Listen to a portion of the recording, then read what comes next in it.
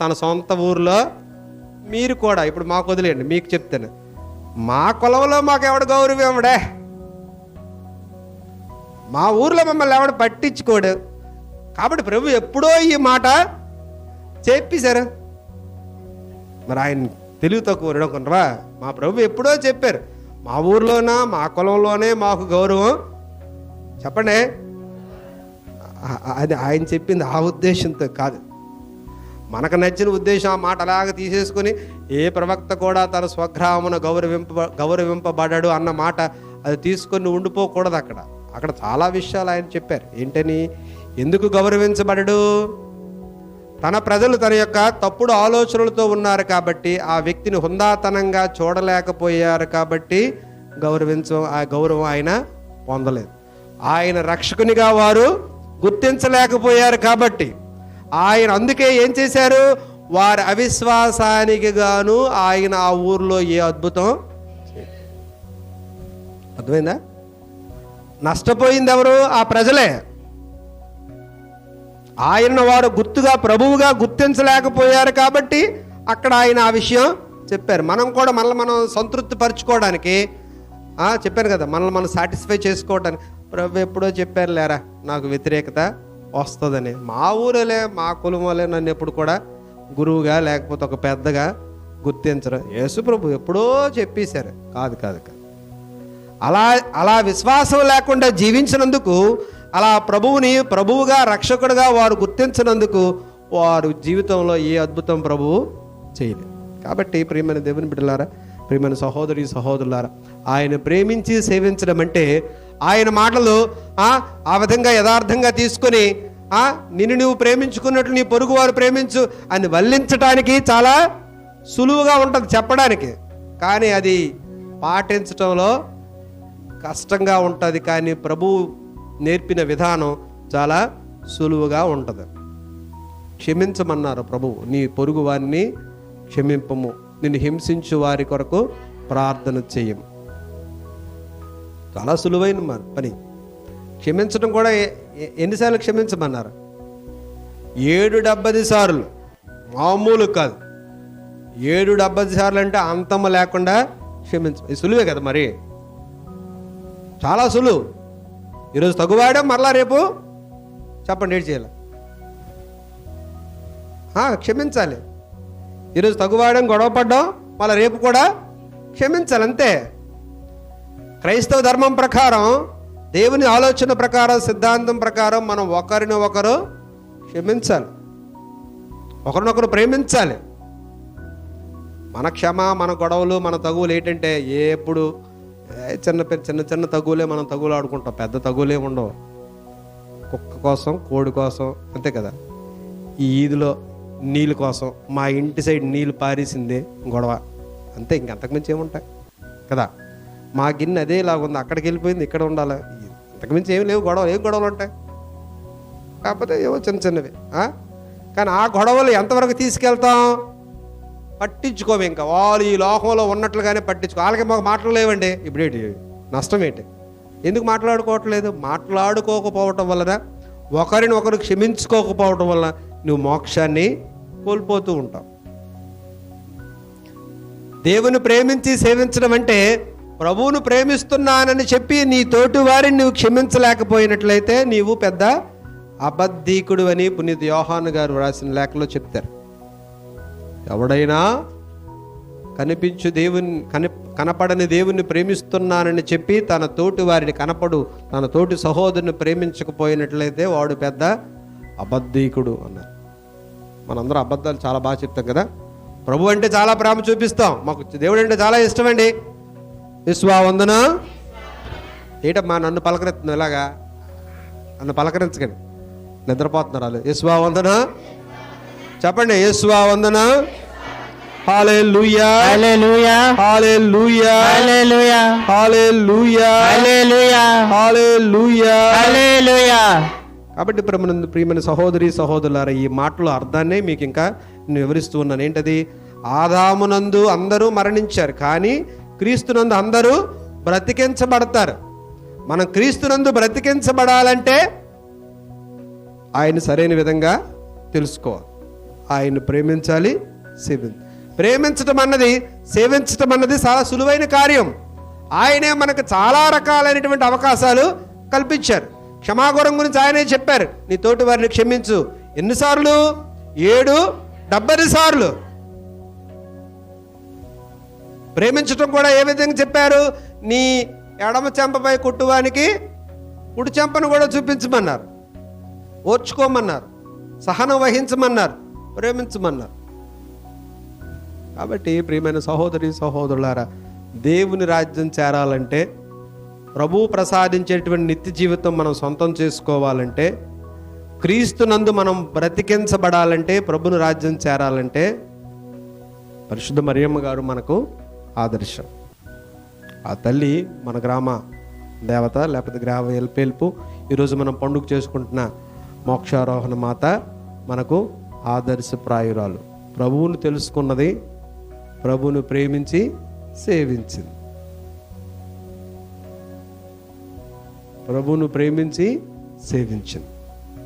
ఆమె తన జీవితంలో ఆ కార్యాలకు ప్రథమ స్థానం ఇచ్చింది. మొట్టమొదటిది ప్రభువుని తెలుసుకున్నది.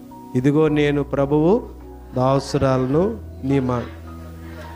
నేను ఇంకొక మాట మాట్లాడనండి, మీరు ఏంటి చెప్పారో అదే అని అన్నది. అంటే మీకు అర్థమైనట్టు చెప్పాను, మీకు బైబిల్ వాక్యం అర్థమైంది కదా. అమ్మా దేవదూత, ఇంకొక మాట మాట్లాడను, నువ్వేటి చెప్తే అదే, నేను అంతకుమించి ఏం చెప్పడానికి లేదు. కాబట్టి నీవు ఎలా చెప్తావో అలాగే నా జీవితంలో జరగండి. అంటే ఏంటి? దేవుని చిత్తం ఏంటో ఇది. నీ దేవుని చిత్తం ఏంటి? నీవు గర్భవతి అవుతావు, ఒక కుమారుని కంటావు, ఆ కుమారునికి యేసు అని పేరు పెట్టు. ఆ కుమారుడు ఏం చేస్తాడు? సకల మానవాళిని పాపముల నుండి రక్షిస్తాడు.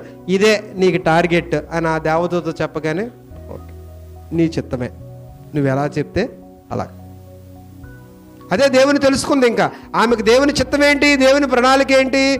దేవుని కుమారునికి జన్మనివ్వటం, ఆ కుమారుని పెంచటం. ఆ కుమారుని బాధ్యత ఏంటి? ఆ కుమారుడి పని ఏంటి? లోకాన్ని రక్షించడం. ఆ లోక రక్షకునికి జననం ఇవ్వటం అన్న ఆ దేవుని ప్రణాళిక తాను తెలుసుకున్నది. ఇంతకు మించి ఎక్స్ట్రా ఏమి నేను చెప్పండి చేయకూడదు. ఇదిగో దేవదూత కనపడ్డది, చెప్పింది, మరియమ్మ నీవు అనుగ్రహములతో నింపబడిన దానవి, పవిత్రాత్మైన సర్వేశ్వరుడు నీపై ఏం చేసి వస్తారు, నీ గర్భం ధరిస్తావు, ఒక కుమారుణ్ణి కంటావు. అంతే. అంతేనా? ఓకే, అంతే. అంతకు మించి మారు మాట ఇంకొకటి లేదు. ఆమెకు చెప్పబడిన ఆ దేవుని ప్రణాళిక వెంటనే ఆమె అక్కడే అంగీకరించింది. అంగీకరించి తన కుమారుని సిలువ మరణం వరకు, తన మరణం వరకు కూడా ఆ దేవుని చిత్తాన్ని, ప్రణాళికను, తన జీవితాంతం వరకు ఆ ప్రణాళికని నెరవేర్చారు తప్ప ఆ తల్లి ఇంకొక త్రోవకి, ఇంకొక బాటకి చూడలేదు. అలాగని చెప్పి ఆ తల్లి జీవితం ఏమి సుఖవంతంగా లేదు కదా. ఆ కుమారుడు 30 సంవత్సరాల తర్వాత సువార్త ప్రచారం చేయటానికి వెళ్తూ ఉంటే కొంతమంది ఉంటారు కదా దుర్మార్గులు, మీ అబ్బాయి పిచ్చోడైపోయాడు, ఏదేదో వాగుతున్నాడు, ఏదేదో ప్రసంగాలు చెప్తూ ఉన్నాడు, మీ అబ్బాయి మెంటలోడైపోయాడు అని ప్రచారం చేశారు. ఆయన అద్భుతాలు చేస్తుంటే ఆయన్ను కొట్టడానికి, చంపడానికి ప్రయత్నం చేశారు. ఆయన మీద నిందారోపణ గావించారు. శిలువ మరణానికి ఆయన పాత్రుణ్ణి చేశారు. శిలువ మోయించారు, కొరడా దెబ్బలు కొట్టారు. ఆమె ఎదుటే ఆయన అవమానపరిచారు, శిలువ వేశారు, మరణించాడు. కానీ ఆ తల్లి దేవుని చిత్తం నుండి ప్రక్కకి వెళ్ళలేదు. ఇది దేవుని ప్రణాళిక. నేను కుమారుని కనాలి, ఆ కుమారుడు ఈ విధంగా అనుభవిస్తాడు. ఈ దేవుని ప్రణాళిక, ఈ దేవుని చిత్తం ఈ విధంగానే సాగని అనుకున్నది తప్ప తన ఇష్టానికి, తన యొక్క సుఖానికి తాను ఏ విధంగా ప్రయత్నం చేయలేదు. అయితే ఇంకొక ఇతర సంఘస్థులు చెప్పుకుంటారులే, అది మనకు అనవసరమైన విషయం కూడా కదా. మన తల్లి, మన పరిశుద్ధ కన్య మరియమ్మ గారు ఆ దేవుని చిత్త ప్రకారం జీవించారు, దేవునికి ఇచ్చిన మాట ప్రకారం జీవించారు, జీవితాన్ని ధన్యం చేసుకున్నారు. మరి ఈ రోజున మోక్షారోహణ మాత మహోత్సవం మన గ్రామంలో చేసుకుంటూ ఉండగా మనము దేవుని తెలుసుకోవడం అంటే దేవుని ప్రణాళిక మనకేంటి? ఏం చెప్పాను? దేవుని ఏ విధంగా ఏమని తెలుసుకోవాలి? యేసే రక్షకుడు, యేసు ద్వారానే మనకు రక్షణ లభిస్తుంది. కాబట్టి యేసు వలనే మనకు ముక్తి. కాబట్టి యేసు ప్రభువునే నేను ఆరాధన చేస్తా. యేసే నా రక్షకుడిగా అంగీకరిస్తాను, యేసు ద్వారానే నాకు మోక్షం లభిస్తుంది. కాబట్టి ఆ యేసు విషయంలో, ఆ యేసు ప్రభు విషయంలో నేను చాలా జాగ్రత్తగా భక్తిగా ఉంటానని మనం అనుకుని జీవించాలి. ఆ తల్లి కూడా అదే చేశారు. ఏం చేశారు? దేవుని చిత్తానికి తల వంచి జీవితాంతం వరకు జీవించారు.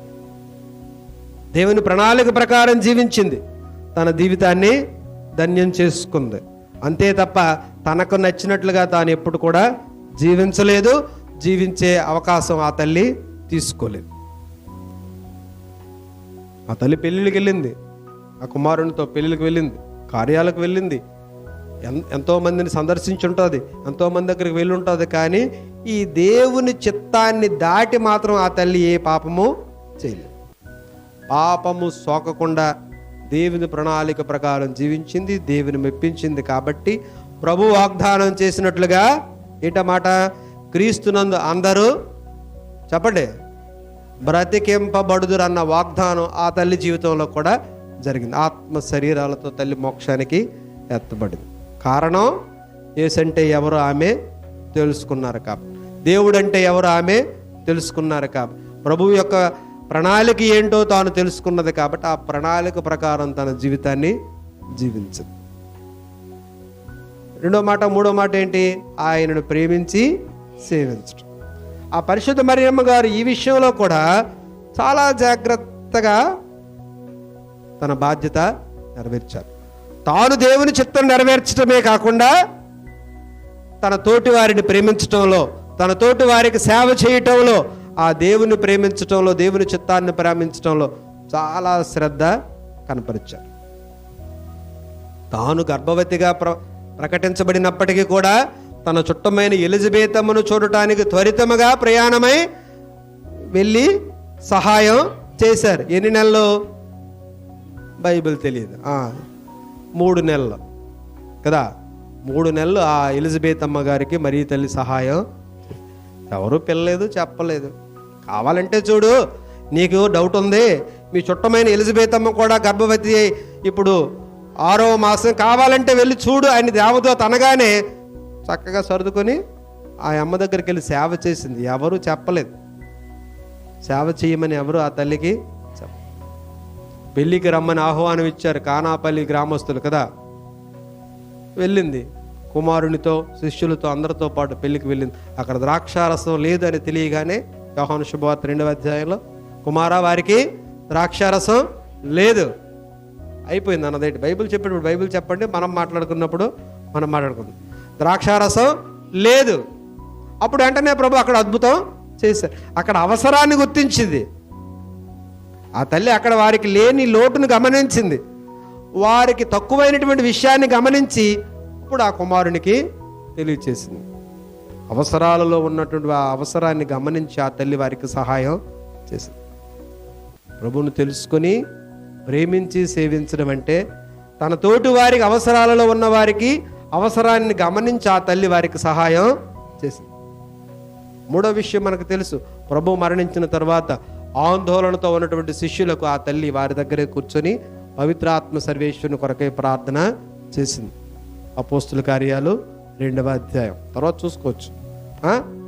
ఆ తల్లి ఏం చేసింది? వారు భయంగా ఉన్నారు, తన కుమారుడు చనిపోయాడు, రక్షకుడైన యేసు ప్రభు చనిపోయారు. ఆయనను అనుసరించినటువంటి శిష్యులందరూ కూడా భయపడుతున్నారు.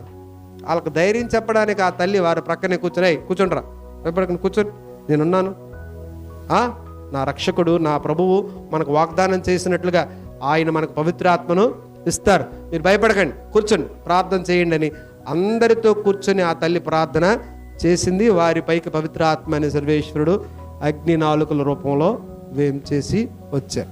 కాబట్టి ఆ తల్లి మనం గమనిస్తే ప్రేమను చూపించటానికి, సేవ చేయటానికి, తన తోటి వారికి సహాయపడటానికి ముందంజలోనే ఉన్నారు తప్ప వెనుకంజ ఆ తల్లి వేయలేదు.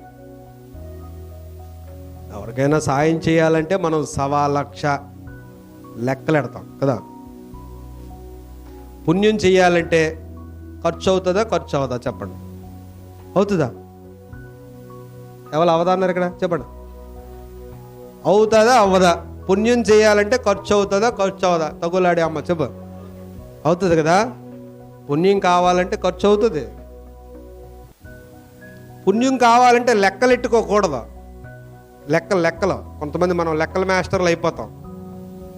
ఇంటికి పోయి అడుక్కున్నాడు వచ్చాడే, ఎంత ఇవ్వాలా, ఏవే ఎంత ఇద్దాం, ఎంత ఇవ్వమంటావే, ఈ లెక్క అడిగేలో వాడు పక్కింటికి వెళ్ళిపోతాడు.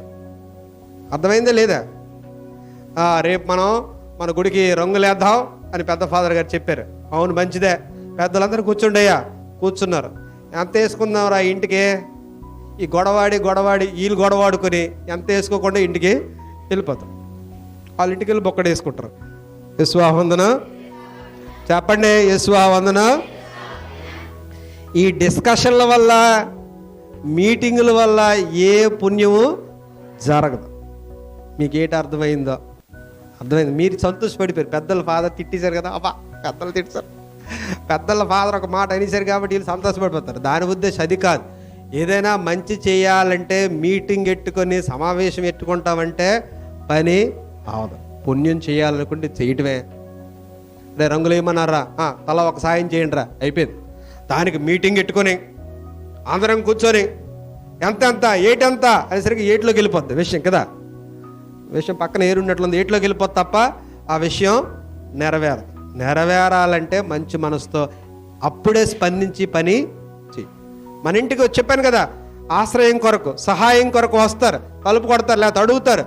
సహాయం చేయాలనిపించిందా చేసి, అది 5, 10 పరకో, ఆ మాత్రం బియ్యమో అంత బియ్యమో చేసి ఆలోచన చేసి చెయ్యాలంటవా? చేస్తే మంచిది అంటవా? మరి రేపు మాకుండదు కదా, రేపు మా పరిస్థితి ఏంటి, ఈరోజు ఇచ్చితే ఇలాగ లెక్కలు కట్టావనుకో, నువ్వు పుణ్యం చెయ్యాలనిపించే పుణ్యకార్యం వెంటనే చేసేయాలంతే. మళ్ళీ ఆలోచన పెట్టి, మీటింగులు పెట్టి, కమిటీలు పెట్టి, దానికి బ్యాచ్లు పెట్టి, గ్రూపులు పెడితే ఏ గాడిది గుడ్డు జరగదు. రాసుకోండి మీ ఇంట్లోనైనా. మీకైనా బస్ స్టాండ్లో ఎవరో కనబడతారు, మా అమ్మ, నీకు డబ్బులు కావాలా, ఎందుకు, నువ్వు పని చేసుకోవచ్చు కదా, నీకు 2 కాళ్ళు ఉన్నాయి కదా, 2 చేతులు ఉన్నాయి, ఎవడ చెప్పమన్నాడు అవన్నీ. నీకు పుణ్యం చేయాలనిపిస్తే అది నువ్వు చేసేది చిన్నదైనా కూడా నువ్వు పుణ్యం చెయ్యి. అంతేగాని ఓవర్ యాక్షన్ చేసి డిస్కషన్లు పెట్టావనుకో, అక్కడ ఏ పుణ్యము. ఇప్పుడు వీళ్ళు ఉన్నారు చూసావా, యూట్యూబ్ కోసం. నువ్వు నిజంగా పేద్దానివేనా? నిజం చెప్పు, కరెక్ట్ ముఖం చూపించు. నువ్వు నిజమేనా? నీకు 2 కాళ్ళు ఉన్నాయి, మరి నీకు ఎందుకు సేవ చేయాలి? ఆ అమ్మ వెంటనే పక్కకి వెళ్ళిపోతే ఈ పుణ్యం పాపం అయిపోతుంది. పుణ్యం అవ్వదు. ఇంకా నిన్ను ఎందుకు యూట్యూబ్లో పెట్టి లైవ్ నీకు అందరికి చూపిస్తాను, నీకు బోల్డ్ డబ్బు వచ్చేది. ఏ డబ్బు లేదు, అప్పు లేదు, నీ వీడియోలే చూస్తారు మరి అందరూ. అక్కడ జరగాల్సిన పుణ్యం జరగనివ్వరు. యెహోవావందన. మీ తల్లి నా తల్లి అనేటువంటి పరిశుద్ధ మరియమ్మ గారు ప్రేమించటానికి, సేవ చేయటానికి ఏ లెక్క వేయలేదు, లెక్కలు వేసుకోలేదు. అక్కడ ఆపదలో ఉన్న వారికి సహాయం చేయాలనుకున్నదే తప్ప ఆమె ఆలోచన చేయలేదు. త్వరితముగా తన చుట్టమైన ఎలిజబెత్ అమ్మను చూడటానికి ప్రయాణమై వెళ్ళారు.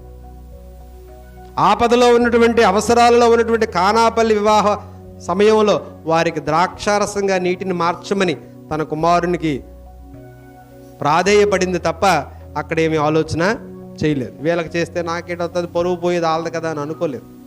అలాగనే అమాయకులుగా అనేకమైనటువంటి ఆందోళనతో ఉన్నటువంటి శిష్యులకు వెంటనే సహాయపడింది తప్ప వేరే రకంగా ఆ తల్లి ఆలోచన చేయలేదు. మీరు నేను ఆ దేవమాత భక్తిని కొనియాడుతున్న ఈ రోజున ఆ దేవమాత వలె మనం కూడా మోక్షానికి వెళ్ళాలంటే ఆమె లాంటి సుగుణాలు మనం అలవాటు చేసుకోవాలి. ప్రభువుని తెలుసుకోవాలి, ప్రేమించి సేవించాలి. ఆ తర్వాత అది ఆయన చిత్తం, మోక్షం ఇస్తారా లేదా అనేది. మనం దానికి అర్హులమా కాదా అనేది నిర్ణయించేది ఆయన. ఆ అర్హత నీ వ్యక్తిత్వం బట్టే ఉంటుంది. ముక్కులన్నీ ముక్కు శివతల పక్క గొయ్యలు తవ్వితే నీకు ఎవడు మోక్షం ఇచ్చాడు?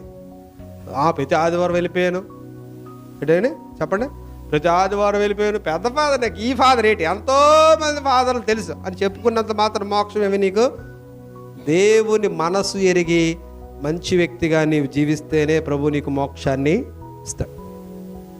అది ఆయన చిత్తం, అది ఆయన ప్రణాళిక. ఆయన మనం ప్రశ్నించడానికి, ఆయన మనం నిలదీయడానికి మనకేమీ అర్హత లేదు. మనం ఆఫ్టర్ ఆల్ నిమిత్త మాత్రులం. కానీ ప్రభు వాక్యంలో కీర్తన 8:7 అనుకుంటాను ఏం చెప్పారు? ఆయన కంటే కొద్దిగా తక్కువ వానిగా మాత్రమే మనల్ని ఆయన చేశారు. ఆయన కంటే మనల్ని కొద్దిగా తక్కువ వారిగే, అంటే ఆయనతో పాటు సరిసమానులుగానే చేశాడు. ఒక దైవ స్వభావమే మనకి ఇవ్వలేదు తప్ప సమస్తాన్ని ప్రభు మనకు ఆయనలాగా అన్నీ మనకి ఇచ్చారు. మరి అంతటి భాగ్యాన్ని ఇచ్చిన ప్రభు మన నుండి కూడా అంతే రెస్పాన్స్ను కోరుకుంటాడు. నీకు ఇష్టం వచ్చినట్లు నువ్వు బతికేసి 4 కొబ్బరికాయలు, 4 కొవ్వొత్తులు, 4 ఊదో తొలగించి ఇచ్చి మోక్షం అంటే అంత ఒత్తునేమి ఇచ్చిరుగా. మనం తెలిసి తెలియక చేసేటువంటి చిన్న చిన్న ఆలోచనలు సింపుల్గా జీవితాన్ని వెళ్ళిపోతూ ఉంటుంది. కానీ అందులో దేవునికి ఇష్టమైన విధంగా మనం జీవిస్తూ ఉన్నామో లేదనే ఆలోచన చెయ్యం. జీవితం సాగిపోతుంది కదా అన్నటువంటి ఆలోచనతోనే ఉంటాం తప్ప ప్రభు విషయంలో జాగ్రత్త పడి ముందుకు సాగే ప్రయత్నం చేయం. కాబట్టి నేను ఇంకా అపత్తను సరిపోద్ది. యేసువా వందనం, తండ్రి వందనం, ఆత్మదేవా వందనం, త్రియేక దేవా వందనం. హల్లెలూయా, హల్లెలూయా, హల్లెలూయా, హల్లెలూయా. సత్ప్రసాదమందు సదా రాదు. కాబట్టి ఇంకొక పాట పాడండి.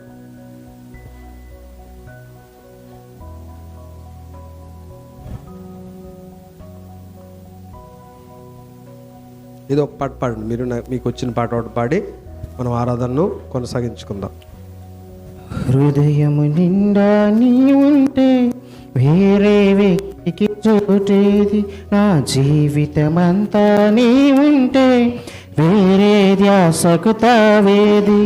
హృదయము నిండా నీ ఉంటే వేరే వ్యక్తికి చోటేది, నా జీవితమంతా నీ ఉంటే వసూలు చేసుకో ఆవరించుకో నా జీవాన్ని, వశము చేసుకో నా హృదయాన్ని, ఆవరించుకో నా జీవాన్ని. ఆరాధన నా ప్రాణ యేసువా, ఆరాధన నా ప్రాణ యేసువా, ఆరాధన నా ప్రాణ యేసువా, ఆరాధన నా ప్రాణ యేసువా. హృదయము నిండా నీ ఉంటే వేరే వ్యక్తికి చోటేది, నా జీవితమంతా నీ ఉంటే వేరే ధ్యాసకు తావేది.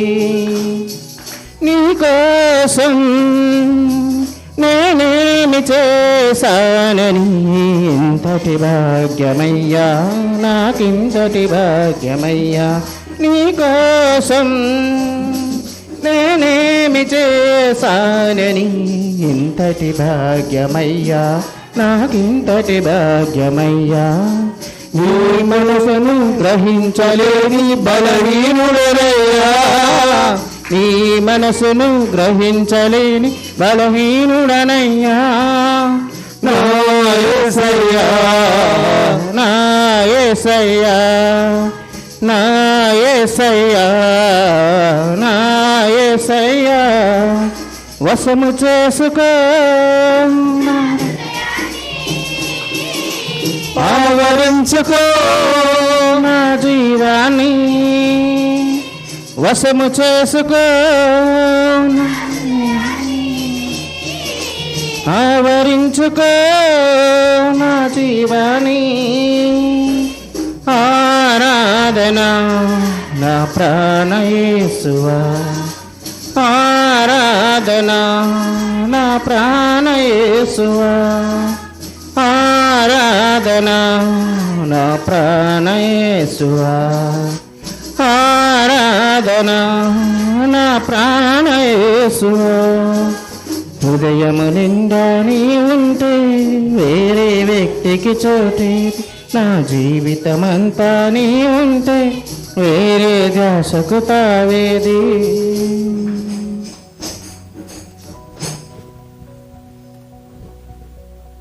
అందరం కలిసి మన మనసులో ఉన్న కోరికలను, విన్నపాలను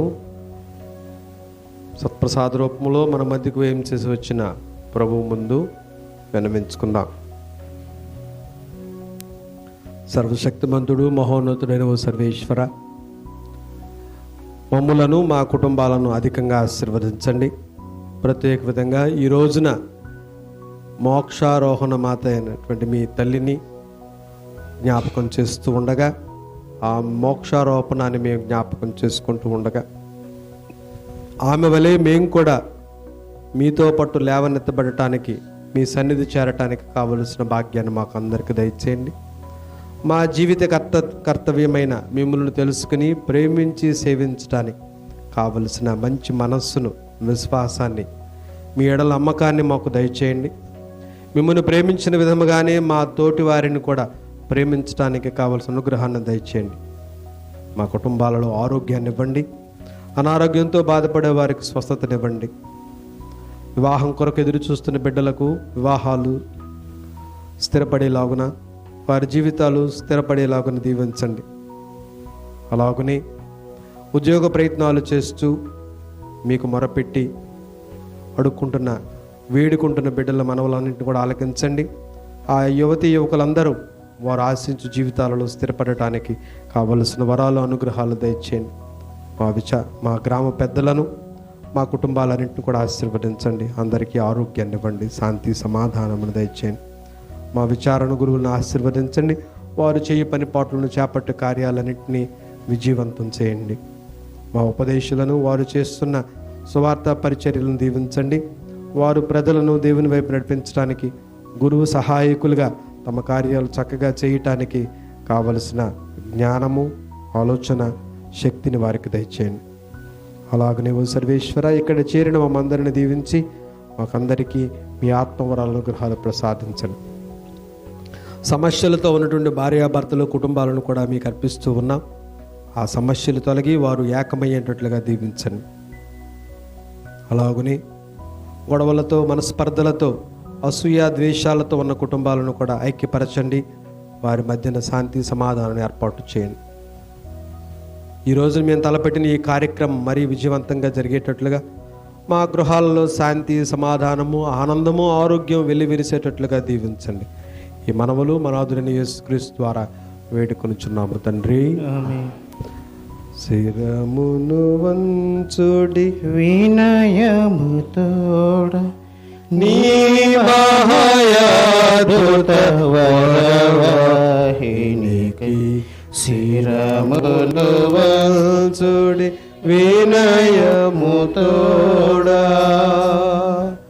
పరమ పితా మా పాలక జయము జయము రక్షక యేసునాకు పరమ పవిత్ర స్ఫిరుతు శాంతు యుగ యుగములకు స్తుతి కలుగును.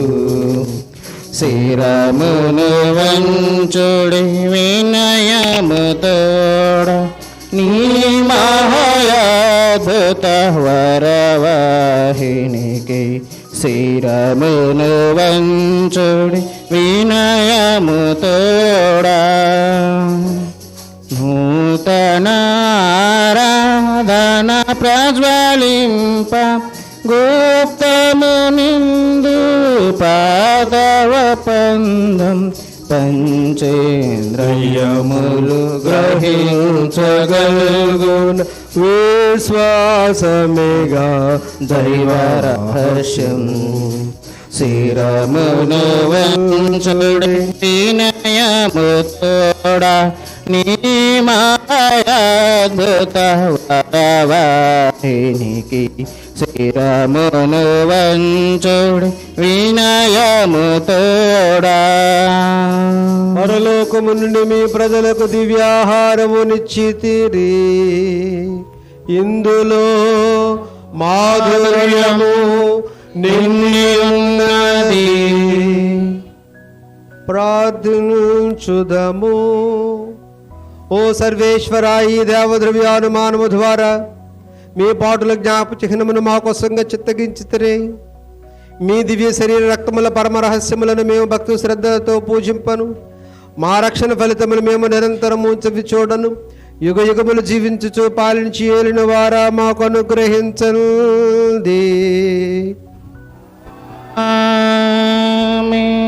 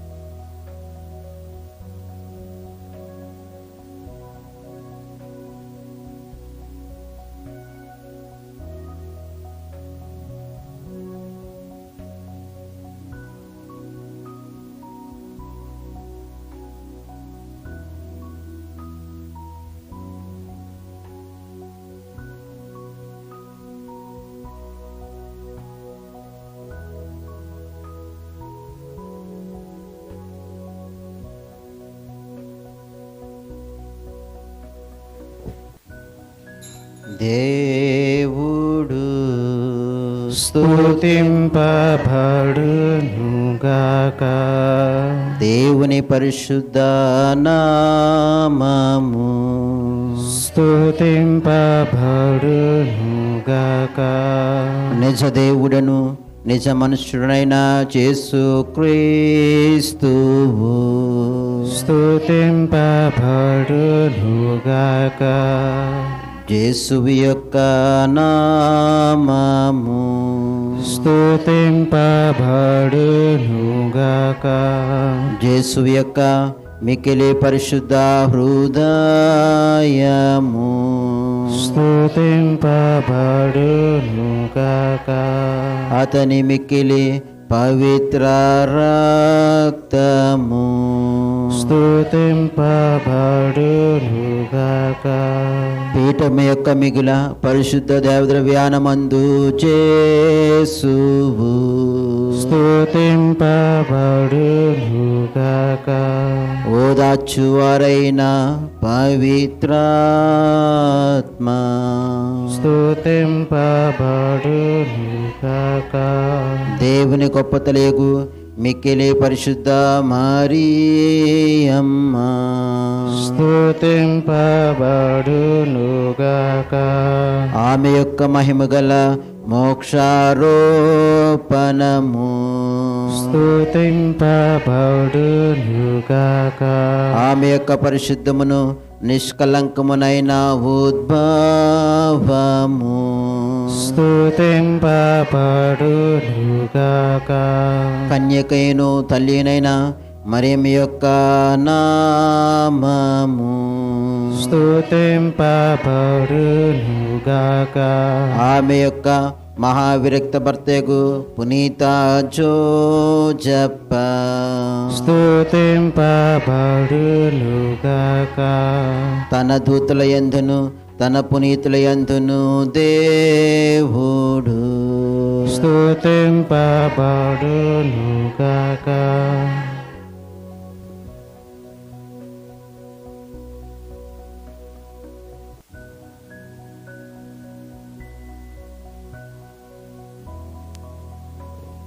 ప్రేమైనటువంటి సహోదరి సహోదరులారా, ఇప్పుడు అందరం కూడా మన యొక్క పండగ దివ్య బలి పూజకి సిద్ధమవుదాం. అందరూ కూడా లేచి నిలబడండి.